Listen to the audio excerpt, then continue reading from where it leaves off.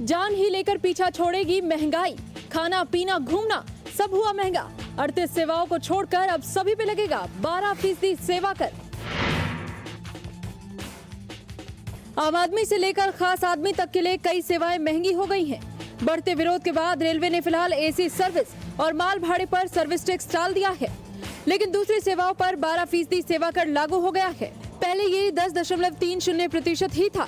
अब से जिन सेवाओं पर सेवा कर लगेगा वो है मनी ट्रांसफर में मिला पैसा, हॉस्टल गेस्ट हाउस से मिली 60% आय, फैक्ट्री और कंपनी यदि किसी से कर्मचारी ठेके पर लेती है तो फैक्ट्री कंपनी प्रबंधन पर, व्यापारिक संस्थान द्वारा निगम से किराए पर दुकान लेने पर, डायरेक्टर को कंपनी से मिलने वाली तनख्वाह पर, भागीदार की भागीदारी फर्म से मिलने वाली राशि पर, दर्जी, नाई, लॉन्ड्री, आटा चक्की वाले से 10 लाख रुपए का सालाना टर्नओवर होने पर, वर्क कॉन्ट्रैक्ट में अब सर्विस लेने और देने वाले दोनों पर सर्विस टैक्स का 50% भार होगा।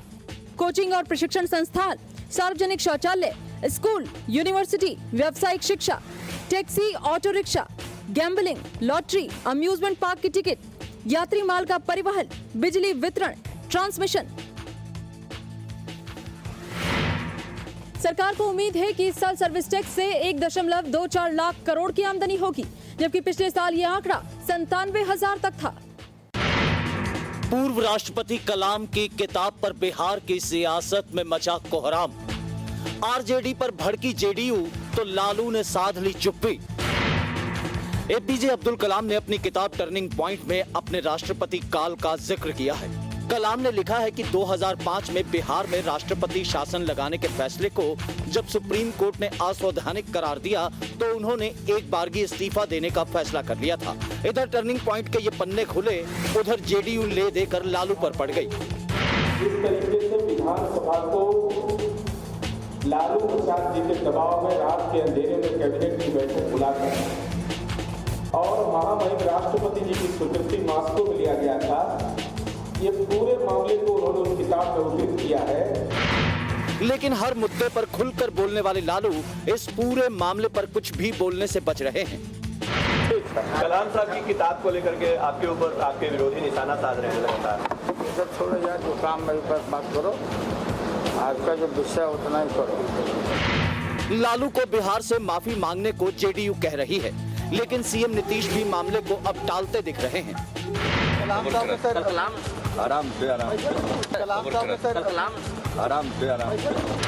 कलाम ने किताब में तो कई मसलों पर लिखा है, लेकिन राष्ट्रपति शासन के मुद्दे ने बिहार की सियासत को एक मसाला जरूर दे दिया है। रांची में कांग्रेस की बैठक में जमकर हुआ बवाल। कांग्रेसी कार्यकर्ताओं ने एक दूसरे पर खूब चलाए हाथ पैर। रांची महानगर कांग्रेस की बैठक चल रही थी कि तभी दंगल मच गया।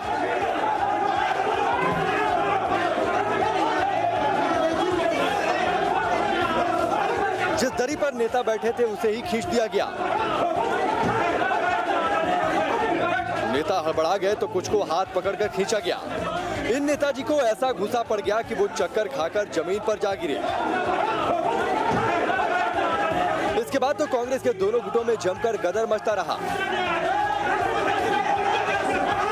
काफी देर तक कांग्रेसी इसी तरह हाथापाई करते रहे, लात घूंसे बरसाते रहे। एक तरफ अनुशासन की दलील तो दूसरी तरफ दो हाथ। वर्चस्व की लड़ाई में कांग्रेसियों ने पार्टी सिद्धांतों की ऐसी की तैसी कर दी। लंदन ओलंपिक के ठीक पहले स्पीड स्टार उसेन बोल्ट को बड़ा झटका लगा। ओलंपिक ट्रायल के दौरान 100 मीटर की रेस में बोल्ट को उनके साथ योहान ब्लैक ने पछाड़ दिया। बोल्ट रेस में दूसरे नंबर पर रहे। 100 मीटर की रेस में वर्ल्ड रिकॉर्ड उसेन बोल्ट के नाम ही है। विंबलडन में इंग्लैंड की बड़ी उम्मीद एंडी मरे अगले दौर में पहुंच गए। मरे ने मार्कस बैगदातिस को 4 सेट के मुकाबले में हराया। उधर नडाल को हराकर सुर्खियों में आए चेक रिपब्लिक खिलाड़ी लुकास रोसल खुद भी बाहर हो गए। अगले दौर में 100वें नंबर के इस खिलाड़ी को सीधे सेटों में हार मिली। वेस्ट इंडीज ने पहले टी20 मुकाबले में न्यूजीलैंड को 56 रन से हरा दिया। वेस्ट इंडीज ने पहले खेलते हुए 20 ओवर में 209 रन का बड़ा स्कोर खड़ा किया, जिसमें क्रिस गेल ने नाबाद 85 और केविन पोलार्ड ने नाबाद 63 रन बनाए। जवाब में कीवी टीम 153 रन पर ही ढेर हो गई। पाकिस्तान के नए पीएम राजा परवेज अशरफ ने साफ किया कि राष्ट्रपति जरदारी जब तक पद पर हैं तब तक उन पर मुकदमा नहीं चलाया जा सकता। सुप्रीम कोर्ट ने अशरफ पर दबाव बनाते हुए 2 हफ्ते के अंदर जरदारी के खिलाफ जांच खोलने पर जवाब मांगा था।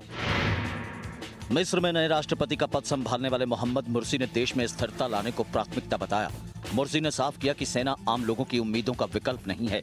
हाल ही में हुए राष्ट्रपति चुनाव में मुस्लिम ब्रदरहुड के कैंडिडेट रहे मुर्सी ने जीत हासिल की थी।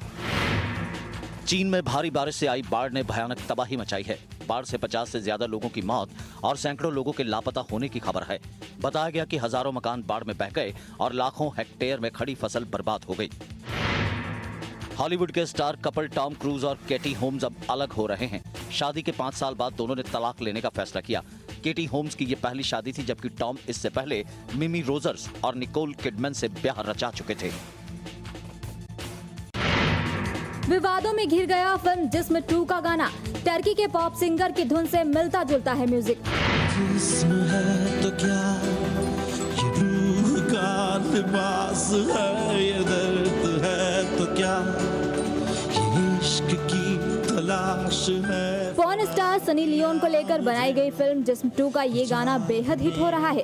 अब जरा इस गाने की धुन को गौर से सुनिए।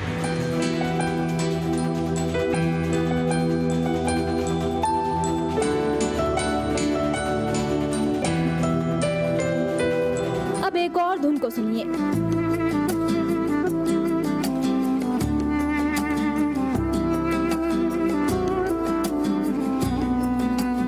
जी हाँ, ये एक टर्की के पॉप सिंगर की धुन है जिसे जिस्म 2 में उठा लिया गया है।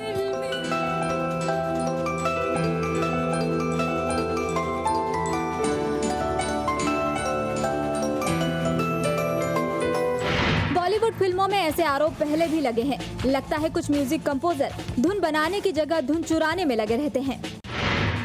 इंडियन आइडल के 9 फाइनलिस्ट तय हो गए हैं। एक और को चुनेगी जनता।